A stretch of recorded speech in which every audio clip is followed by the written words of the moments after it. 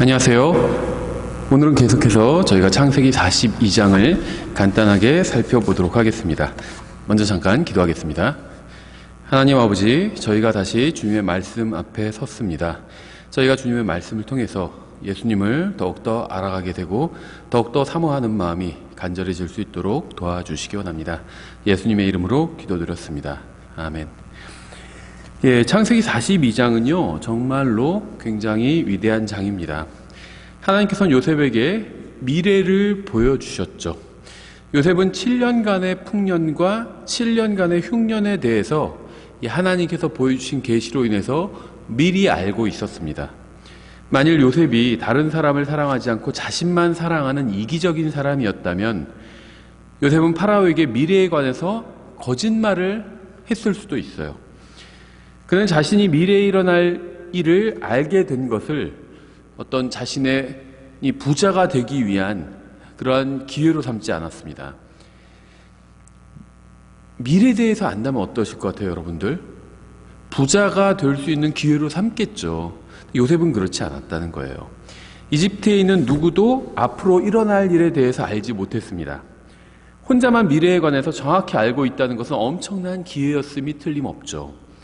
하지만 그는 주님을 사랑했고 따라서 다른 사람들도 사랑했습니다. 하나님을 사랑하는 사람은요, 다른 사람들을 사랑합니다. 그래서 요셉은 옳은 일을 했습니다. 하나님을 진심으로 사랑하는 사람은 항상 옳은 일을 합니다. 요셉은 성경을 아는 지식을 이용해서 자신의 개인적인 이득을 취하지 않았어요. 그는 하나님의 말씀을 아는 지식을 다른 사람들의 유익을 위해서 사용했습니다. 정말 하나님을 제대로 안다면, 성경을 제대로 안다면 그 지식을 다른 사람들의 유익을 위해서 사용해야 합니다. 이제 42장 1절부터 보겠습니다. 이제 야곱이 이집트에 곡식이 있음을 보고 자기 아들들에게 이르되 너희는 어찌하여 서로 쳐다만 보느냐 하며. 여기서 말하는 곡식은 콘인데요. 원래 영어에서는 이 콘은 옥수수를 의미하죠. 근데 성경에서는요, 모든 곡식을 의미합니다. 마치 meat라는 이 단어가 영어에서는 고기를 의미하지만 성경에서는 모든 음식을 의미하는 것과 같죠. 야곱은 이집트에 곡식이 있다는 소식을 단순히 들은 것만이 아니라 보았습니다. 아마 야곱은요, 누군가 이집트에서 곡식을 가져온 것을 눈으로 봤을 겁니다. 구원받지 않은 사람에게 필요한 것은요, 단순히 복음을 듣는 것만이 아니라 구원받은 사람의 변화된 모습을 보는 것입니다. 우리는 구원받은 사람, 하나님의 자녀답게 살아야 돼요. 구원받은 사람답게 살아야 합니다. 그래서 세상 사람들에게 주님의 구원이 사람을 얼마나 놀랍게 변화시킬 수 있는지, 주님께서 어떻게 일하시는지 그것을 사람들에게 보여줘야 합니다. 물론 우리의 선한 행위가 사람들을 구원하는 것은 아니에요. 다만 사람들이 복음을 듣고 구원받는 데 있어서 훨씬 더 쉽게 구원받을 수 있게 쉽게 복음을 듣게 해준다는 겁니다. 그리스도인들의 선한 행위가. 그래서 그리스도인들의 선한 행위는요, 굉장히 중요합니다. 우리가 정직하고 선하게 살수록 사람들은 우리가 전하는 복음에 더 귀를 기울이겠죠. 너희는 어찌하여 서로 쳐다만 보느냐, 이렇게 얘기했어요. 기근이 들었는데 서로 쳐다만 보는 것은 아무 도움이 되지 않죠. 그들은 서로가 아닌 이집트의 통치자인 요셉을 봐야만 했습니다. 서로 보고 있을 것이 아니라 이집트의 통치자를 찾아가서 그 앞에 간구해야만 했습니다. 인간이 서로를 쳐다보는 것은 구원에 관해서는 아무 소용이 없습니다. 구원은 인간이 아닌 예수님을 바라봐야만 얻을 수 있기 때문입니다. 2절, 또 이르되 보라, 내가 들으니 이집트에 곡식이 있다 하는도다. 너희는 거기로 내려가서 우리를 위해 거기서 살아. 그러면 우리가 살고 죽지 아니하리라 하더라. 이집트에 곡식이 있었고 누구든 거기로 가면 곡식을 얻을 수가 있었습니다. 예수님께 구원이 있고 누구든 예수님께로 나아가면 구원을 받을 수가 있습니다. 선택된 사람만 구원받는다, 이런 건 성경에 없어요. 예정된 사람만 구원받는다, 이런 것도 성경에 없습니다. 예수 그리스도께서 예정되신 분이에요. 그래서 누구든지 예수님 안으로 들어가면 예정된 분 안으로 들어가서 예정이 되는 겁니다. 예수님 밖에 있으면 예정될 수가 없어요. 누가 예수님 밖에 있죠? 예수님을 믿지 않는 사람입니다. 누가 예수님 안에 있죠? 예수님을 믿는 사람이에요. 예수님을 믿는 순간 예수님 밖에서 예수님 안으로 들어가게 되는 겁니다. 이것이 성경이 말씀하시는 예정이에요. 태어나기도 전에 어떤 사람은 지옥에 가기로 정해지고 어떤 사람은 하늘나라에 가기로 정해지고 이런 것은 성경에 없습니다. 어떤 신학체계, 칼빈의 신학체계, 그 사람을 따르는 사람들의 신학체계는 있을지 몰라도 성경에는 없어요. 예, 이런 칼빈주의 예정론은요, 이건 마귀의 교리입니다. 성경의 교리가 아니에요. 예, 2절 또 이르되 보라 내가 들으니 이집트에 곡식이 있다는도다. 너희는 거기로 내려가서 우리를 위해 거기서 살아. 그러면 우리가 살고 죽지 아니하리라 하더라. 이집트에 곡식이 있었고 누구든 거기로 가면 그 곡식을 얻을 수가 있었죠. 예수님께 구원이 있고 누구든 예수님께로 나아가면 구원을 받을 수가 있습니다. 기근을 당한 야곱의 아들들은요, 대환란 때 유대인들을 상징합니다. 그러니까 지금 이 창세기에서 요셉이 예수님을 상징하는 것처럼 야곱의 아들들, 요셉의 형들은 대환란 때에 이스라엘을 상징한다고 볼 수 있어요. 대환란 때 유대인들도 예수님께로 나와야지만 살 수 있는 거죠. 3절 요셉의 형 10사람이 이집트에서 곡식을 사려고 내려갔으나 야곱의 형들은 풍요로울 때는 이집트로 갈 필요가 없었지만 기근이 닥치자 요셉이 있는 이집트로 곡식을 얻으러 가야만 했습니다. 마찬가지로 죄인들은 풍요로울 때는 하나님을 찾지 않죠. 하지만 어려움을 당하면 하나님을 찾아 나서게 됩니다. 형들이 요셉을 만나서도 그가 요셉인지 알지 못했던 것처럼 사람들은 답을 찾으러 헤매면서도 예수님이 답인지 모르고 있죠. 참 안타까워요. 사람들의 마음에는요, 공허함이 있어요. 뻥 뚫린 게 있습니다.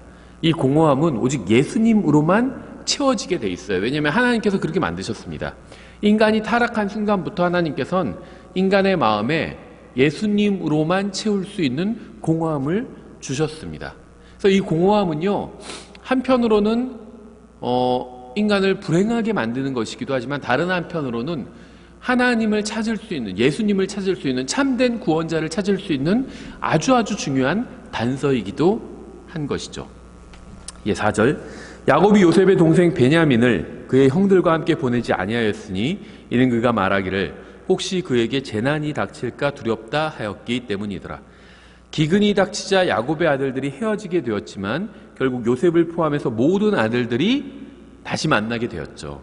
지금 이스라엘 지파는요, 흩어져 버린 상태지만 대환란 끝에는 모든 지파가 모습을 드러내고 결국 주님께로 나오게 될 겁니다. 지금은요, 12지파가 완전히 흩어져 버리고 누가 누군지 몰라요.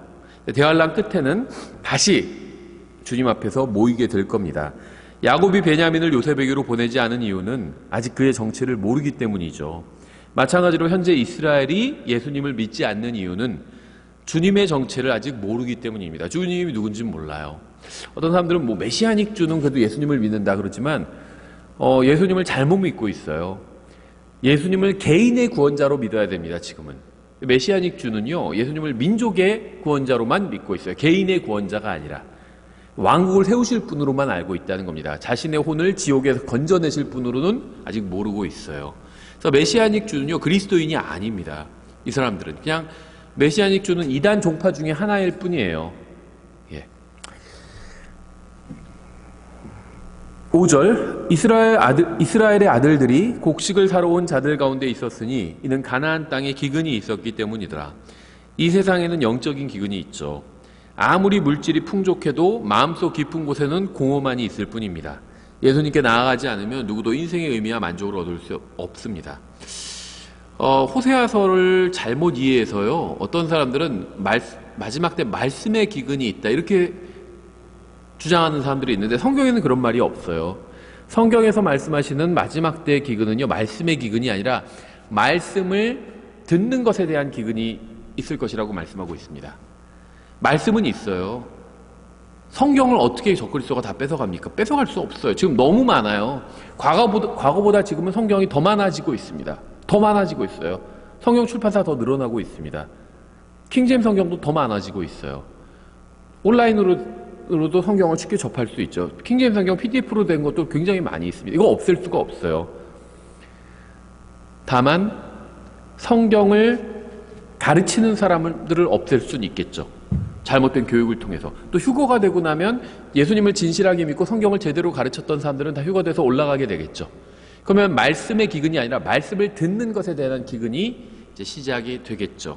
성경은 있어요. 근데 성경을 전하는 사람이 다 사라져버리게 된다는 겁니다. 계속해서 6절. 요셉은 그 땅에 총독이 되어 그 땅에 온 백성에게 파는 일을 하였는데 요셉의 형들이 와서 그 앞에서 얼굴을 땅에 대고 엎드려 절하니. 이것은 예언의 정말 정확한 성취죠. 형들은 결코 이러한 일이 일어나지 않을 것이라고 했죠.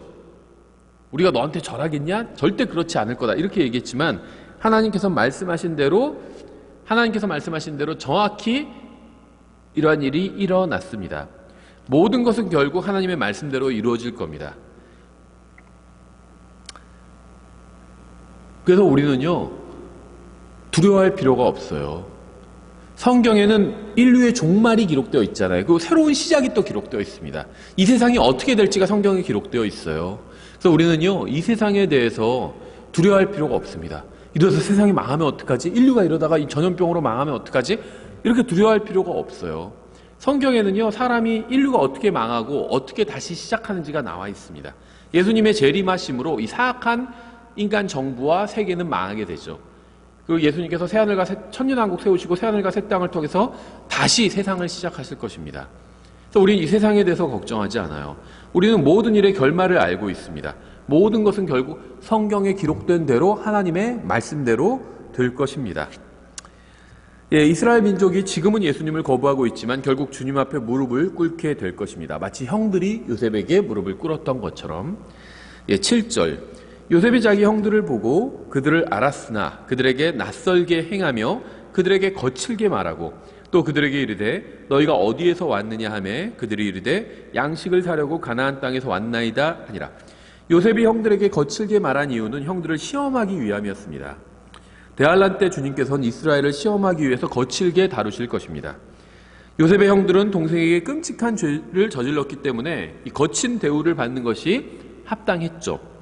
마찬가지로 이스라엘은 주님을 거부하고 죄를 지은 징계를 대환란 때 받게 될 거예요. 그들은 주님의 거친 손길로 인해서 마음이 부서져야만 진정으로 회개하게 될 것입니다. 부모가 자녀들을 부드럽게 다루죠. 큰 잘못을 했을 때는요, 때로는 매를 때리고 거칠게 다룰 때도 있어요. 이것을 통해서 자녀들이 자신의 잘못을 깨닫고 바로잡힐 수 있는 거죠. 이스라엘도 마찬가지라는 겁니다. 8절. 요셉은 자기 형들을 알아보았으나 그들은 그를 알아보지 못하였더라. 주님은 자신의 백성을 아시고 그들에게 오셨지만 그들은 주님을 알아보지 못했죠. 요한복음 1장 10절 11절에 나오죠. 그분께서 세상에 계셨으며 세상이 그분에 의해 만들어졌을 때 세상이 그분을 알지 못하였고 그분께서 자기 백성에게 오심에 그분의 백성이 그분을 받아들이지 아니하였으나. 아직도 이스라엘은 주님을 알지 못하고 있습니다. 로마서 11장 7절. 그런즉 어떠하냐? 이스라엘은 자기가 구하는 그것을 얻지 못하였으나 선택받은 자는 얻었고 그 나머지는 이날까지 눈멀게 되었으니 이것은 기록된 바 하나님께서 그들에게 잠들게 하는 영과 보지 못할 눈과 듣지 못할 귀를 주셨도다 함과 같으니라. 고린도후서 3장 14절. 그러나 그들의 마음이 가려졌으니, 이스라엘 백성 말하는 거예요. 이는 이날까지도 옛 상속 언약의 말씀을 읽을 때 바로 그 베일이 벗겨지지 아니한 채 남아있기 때문이라. 그 베일은 그리스도 안에서 없어졌으나 이날까지도 모세의 글을 읽을 때 그 베일이 그들의 마음을 덮고 있도다. 예수님을 믿어야 구약 성경이 해석이 된다는 겁니다. 예수님을 믿어야, 예수님을 인정해야 구약 성경이 풀린다는 거예요. 근데 유대인들은 예수님을 인정하지 않아요. 그러니까 구약 성경이 풀리지 않는 겁니다. 베일이 그대로 가려져 있어요. 예수님을 믿어야, 예수님을 통해 봐야 베일이 벗겨질 수 있다는 겁니다. 요셉은 형들의 이름과 얼굴과 성격과 행실을 다 알고 있었지만 반대로 형들은 요셉을 보면서도 그가 누구인지 전혀 모르고 있었어요. 오늘날 하나님과 이스라엘의 관계도 이와 같습니다. 주님은 그들은 아시지만 그들은 아직도 주님을 모르고 있습니다. 유대인들은 6월절 어린 양이 예수님이라는 사실도 알지 못했고 다니엘의 세 친구와 함께 있던 네 번째 인물이 예수님이라는 사실도 알지 못했습니다. 유대인들은 아직도 구약 성경을 읽을 때 예수님을 보지 못하고 있어요. 완악함으로 인해서 그들은 완전히 눈이 멀었기 때문입니다. 9절. 요셉이 자기가 그들에 관하여 꾼 꿈들을 기억하고 그들에게 이르되 너희는 정탐꾼이니라 이 땅에 드러난 틈을 엿보려고 왔느니라 하니, 요셉이 형들을 거칠게 다룬 결과 형들은 진실을 말하게 되죠. 형들의 마음속의 의도가 요셉의 눈앞에서 벌거벗은 것처럼 드러나게 되었습니다. 환난 때 주님께서는 이스라엘 민족을 거칠게 다루시면서 벌하실 겁니다. 마태복음 23장 35절, 그리하여 의로운 아벨의 피로부터 성전과 제단 사이에서 너희가 죽인 바가라의 아들 사가랴의 피까지 땅 위에서 흘린 모든 의로운 피가 너희에게 돌아가리라. 진실로 내가 너희에게 이르노니 이 모든 것이 이 세대에게 돌아가리라. 오 예루살렘아 예루살렘아, 대언 자들을 죽이고 내게 보낸 자들을 돌로 치는 자여, 암탉이 자기 병아리들을 자기 날개 아래 모음같이 내가 얼마나 자주 내 자녀들을 함께 모으려 하였더냐. 그러나 너희가 원치 아니하였도다. 보라, 너희 집이 버림받아 너희에게 황폐하게 되었느니라. 내가 너희에게 이르노니 너희가 말하기를 찬송하리로다 주의 이름으로 오시는 이여 할 때까지 이제부터는 너희가 나를 보지 못하리라 하시니라. 지금 이 시대에 주님께서는 이방인들과 개인들에게는 다정하게 대하시지만 이스라엘 민족에게는 거칠게 대하십니다. 대환란이 끝나야 주님께서 이스라엘 민족을 부드럽게 대하실 거예요. 10절, 그들이 그에게 이르되 내 주여 아니니이다. 주의 종들은 단지 양식을 사러 왔나이다. 우리는 다 한 사람의 아들로서 진실한 자들이오며 주의 종들은 정탐꾼이 아니니이다 하니라. 양식을 사러 왔다는 것과 또 한 사람의 아들이라는 것, 또 정탐꾼이 아니라 죄송합니다. 아니라는 말은 사실이지만, 양식을 사러 왔고 한 사람의 아들이고 정탐꾼이 아니다, 이 말은 사실이지만 진실한 자들이라는 말은 완전히 거짓말이죠. 말도 안 되는 말이에요. 전혀 진실한 사람들이 아니에요. 하나님은 참되시지만 사람은 모두 거짓말쟁이입니다. 누가 감히 나는 진실한 사람이다 이렇게 말할 수 있는 사람이 있겠어요? 그렇게 말하는 사람이야말로 완전히 거짓말쟁이죠. 교만한 사람은 자기가 겸손하다고 생각해요. 겸손한 사람은 자기가 교만하다고 생각합니다. 정말 진실한 사람은요, 자기가 거짓말쟁이라고 인정합니다. 거짓말쟁이들은요, 자기가 진실하다고 얘기해요. 정말 진실하신 분은 오직 요셉이 상징하는 예수님밖에 없습니다. 예수님께서 안에 들어와 계셔야 진실한 사람이 될 수 있어요. 12절, 그가 그들에게 이르되 아니라 너희가 이 땅에 드러난 틈을 엿보려고 왔노라 하니, 그들이 이르되 주의 종들은 12 형제로서 가나안 땅에는 한 사람의 아들이니이다. 보소서 막내는 이날 우리 아버지와 함께 있고 또 한 명은 없어졌나이다 하며, 한 명이 없어졌다는 말, 이건 거짓말이죠. 정확하게 말하려면요, 한 명은 우리가 구덩이에 던졌습니다 이렇게 얘기해야 되죠. 아니면 한 명은 우리가 노예로 팔아버렸습니다 이렇게 말해야 됩니다. 하지만 형들은 자신들의 치부를 드러내고 싶지 않았죠. 우리는 사람들에게 좋은 사람으로 보이고 싶어 합니다. 그래서 자신의 일을 미화해요. 간증도 그렇게 간증하는 사람들이 있어요. 예수님 믿고 구원받았다가 어디 이단에, 성경을 잘 몰라서 이단에 빠지고 그랬는데 그걸 또 미화해요. 이단에서 10년간 있으면서 온갖 노력을 하고 뭐 돈을 얼마나 갖다 바치고 했지만 결국 다 그러한 것들도 하나님의 인도였습니다 이렇게 간증하는 분도 있어요. 왜 이단에 빠진 게 하나님의 인도예요? 이단에서 나온 건 하나님의 인도죠. 이단에 빠진 건 하나님의 인도가 아니에요. 왜 이단에 빠졌을까요? 성경을 모르기 때문에 이단에 빠진 겁니다. 그러니까 성경을 아는 것은 대단히 중요해요. 성경을 모르면 이단에 빠지게 돼 있어요. 성경을 알아야 이게 이단인지 제대로 된 건지 가짜인지 진짜인지 구분할 수가 있죠. 하나님의 말씀을 정확히 아는 것만이 이단으로부터, 거짓으로부터 보호받을 수 있는 유일한 길입니다.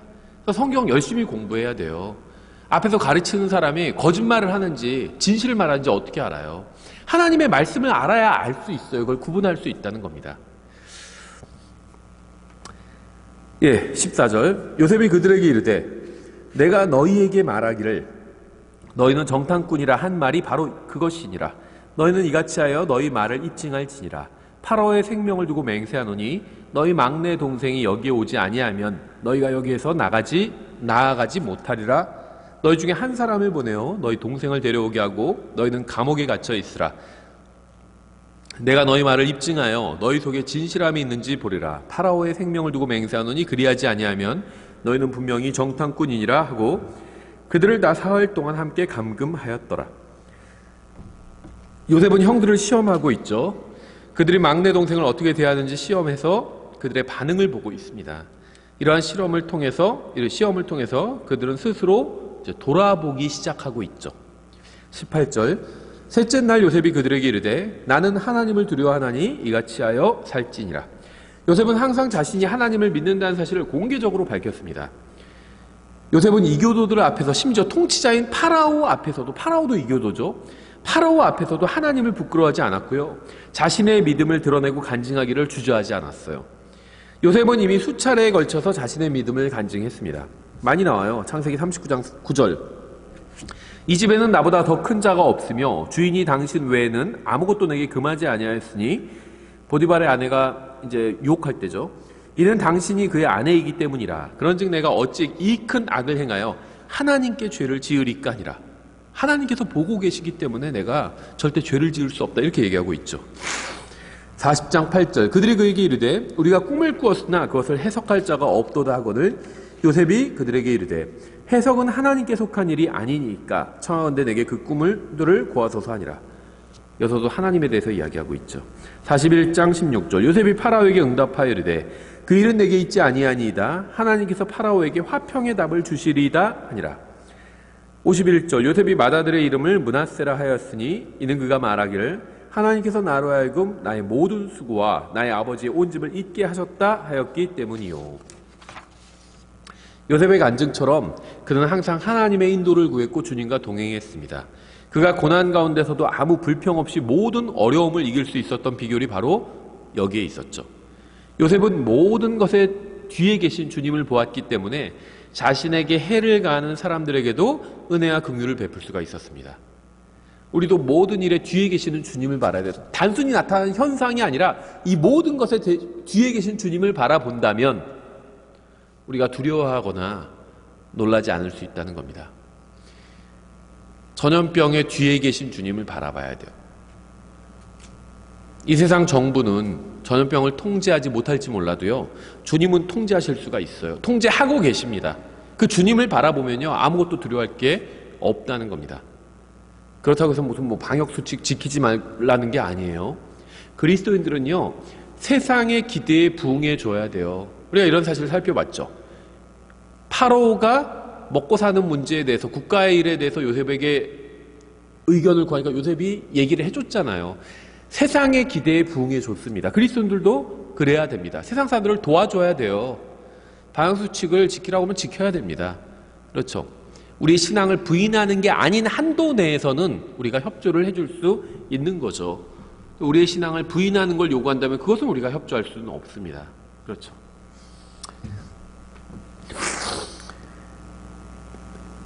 요셉은 항상 하나님을 바라봤기 때문에 사람을 보지 않았어요. 하나님을 봤습니다. 누가 나를 괴롭혀도 이러한 상황을 허락하신 하나님을 봤어요. 그랬기 때문에 자기를 괴롭힌 사람들에게도 은혜와 긍휼을 베풀 수가 있었던 겁니다. 19절 너희가 진실한 자들이면 너희 형제들 중에 한 사람만 너희 감옥 집에서 결박당하게 하고 너희는 곡식을 가지고 가서 너희 집의 기근을 면하라. 그러나 너희 막내 동생을 내게로 데려오라. 그리하여야 너희 말이 입증되고 너희가 죽지 아니하리라 하니 그들이 그대로 하니라. 요셉은 기근에서 구원받기 위해서는 한 사람이 여러 사람을 대신해서 감옥에 갇히는 이 대속의 원리를 제안하고 있습니다. 21절 그들이 서로 이르되 우리가 우리 동생에 관하여 참으로 죄를 지었도다. 그가 우리에게 간청할 때 우리가 그의 혼의 고통을 보고도 들으려 하지 아니하였으므로 이 괴로움이 우리에게 임하는도다 하매 요셉의 지혜로 인해서 형들은 양심의 가책을 받기 시작하고 있죠. 그들은 자신들이 당하는 고난을 통해서 요셉이 당했던 고난을 보게 된 거죠. 자신들이 현재 당하는 고난이 예전에 지은 죄와 관련이 있다고 생각을 했습니다.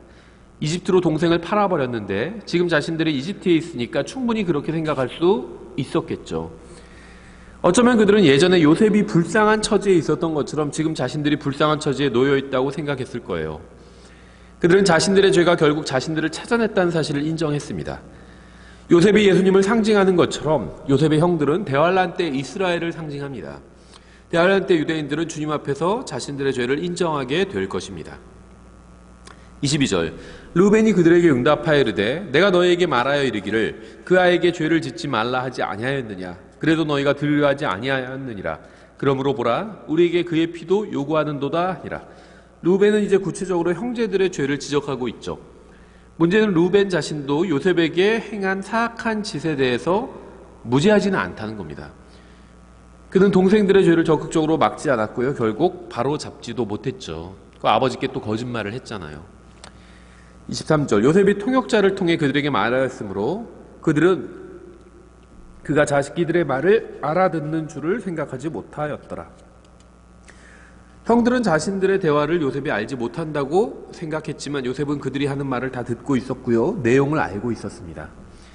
사람들은 하나님께서 우리의 말과 생각을 알지 못한다고 생각하지만 주님께서 우리의 말과 마음의 동기와 생각을 모두 다 꿰뚫어 보고 계시죠.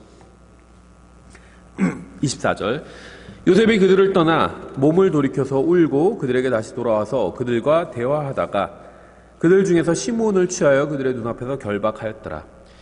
예수님께서 자신의 백성을 위해서 우신 것처럼 요셉도 형들로 인해서 울었습니다. 누가복음 19장 41절 그분께서 가까이 오사 그 도시를 보시고 그 도시로 인해 슬피 우시며 이르시되 적어도 이날 즉 내 날에 만이라도 너 곧 내가 내 화평에 속한 일들을 알았더라면 얼마나 좋았으리오. 그러나 지금 그 일들이 내 눈에 숨겨졌도다. 요셉은 자신에게 악을 행한 자들을 위해서 울었습니다. 그들을 사랑했기 때문에 운 거죠. 예수님께서도 자신을 십자가에 못 박은 자들을 위해서 자신의 생명을 내어주셨습니다. 또 우리가 아직 죄인이었을 때, 우리가 힘이 없을 때, 우리가 원수였을 때 우리를 위해서 죽어주셨잖아요. 25절 그때 요셉이 명령하여 곡식을 그들의 자루에 채우게 하고 또 각 사람의 돈을 각 사람의 자루에 도로 넣게 하며 길에서 필요한 양식을 그들에게 주게 하니라. 그가 그들에게 이와 같이 행하매 요셉은 형들을 거칠게 다뤘지만 그들에게 양식을 주고 필요를 공급해 주었습니다. 주님께서도 대환란 때 이스라엘을 거칠게 다루실 것이지만 그들에게 양식을 주시고 그들의 필요를 공급해 주실 겁니다. 하나님께서는 이스라엘 백성의 죄로 인해서 오랫동안 그들을 거칠게 다루셨지만 다른 한편으로는 그들에게 양식을 공급해 주셨고요. 그들의 필요를 또 채워주셨습니다.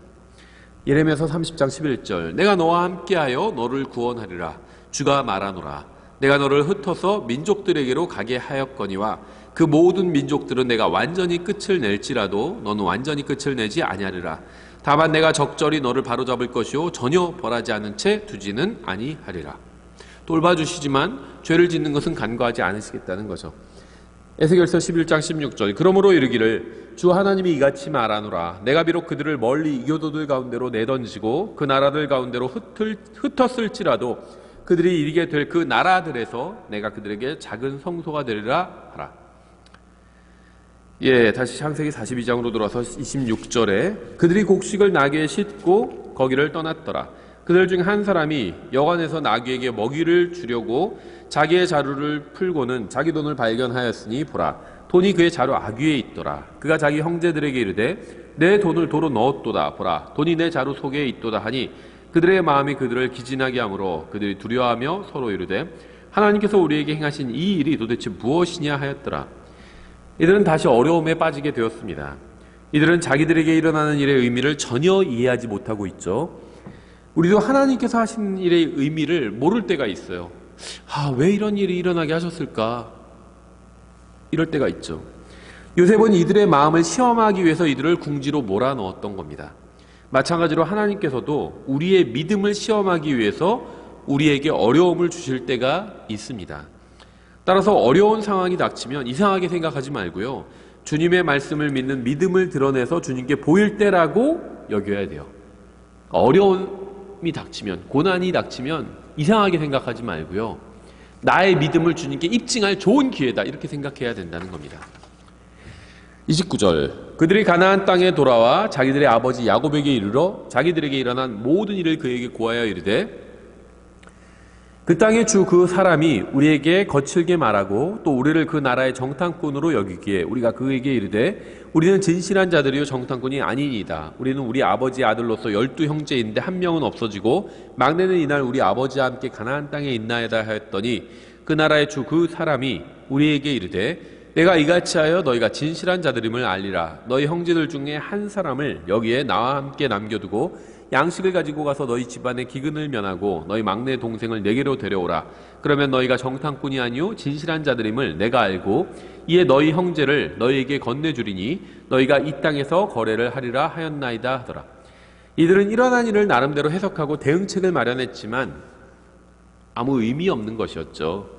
주님의 말씀을 모르고 주님과 동행하지 않는다면 인간의 지혜와 계략은 아무런 소용이 없습니다.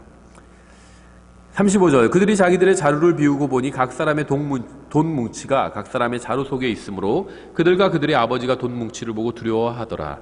그들의 아버지 야곱이 그들에게 이르되 너희가 나로 하여금 내 자식들을 잃게 하였도다. 요셉도 없어졌고 시므온도 없어졌는데 너희가 베냐민을 빼앗아 가고자 하니 이 모든 일들이 나를 대적하는도다 하거늘. 야곱은 솔직하게 말했지만 그것은 그의 생각일 뿐 사실과는 좀 거리가 멀었죠. 야곱은 하나님께서 이 일의 뒤에 계시다는 사실은 생각하지 않았고요. 그래서 잘못된 판단을 하고 있었습니다. 야곱이 아브라함과 이삭에게 주신 하나님의 약속을 믿었더라면 이렇게 절망하지는 않았을 겁니다. 하나님의 자녀에게 있어서 절망은 믿음 없음을 보여주는 증거일 뿐이죠. 37절, 루벤이 자기 아버지에게 말하여 이르되 내가 그를 아버지에게로 데려오지 아니하거든 내 두 아들을 죽이소서. 그를 내 손에 넘겨주소서. 내가 그를 다시 아버지께로 데리고 돌아오리이다 하매 그가 이르되 내 아들은 너희와 함께 내려가지 아니하리니 그의 형이 죽고 그만 홀로 남았도다. 만일 너희가 가는 길에서 재난이 그에게 닥치면 그때는 너희가 나의 흰 머리를 슬픔과 함께 무덤으로 떨어뜨리리로다 하니라. 다른 아들들 다 있는데 야곱은 베냐민 하나만 남았다고 지금 말하고 있어요. 이것은 물론 이제 라헬에 대한 사랑이 아직 남았다는 증거이기도 하지만 다른 한편으로는 특정한 아들에 대한 편견이기도 합니다. 편애이기도 합니다. 편애로 인해서, 요셉에 대한 편애로 인해서 요셉을 잃었고 가정에 불행이 왔죠. 그런데도 불구하고 야곱은 아직도 편애를 버리지 못하고 있어요. 형들은 요셉에 대한 아버지의 편애로 인해서 불행을 당했기 때문에, 자기들이 죄를 지었기 때문에 이번에는 베냐민에 대한 아버지의 편애를 보고도 그저 지켜보고만 있는 것으로 보입니다. 42장은 여기까지고요. 다음 시간에 계속해서 43장을 살펴보도록 하겠습니다.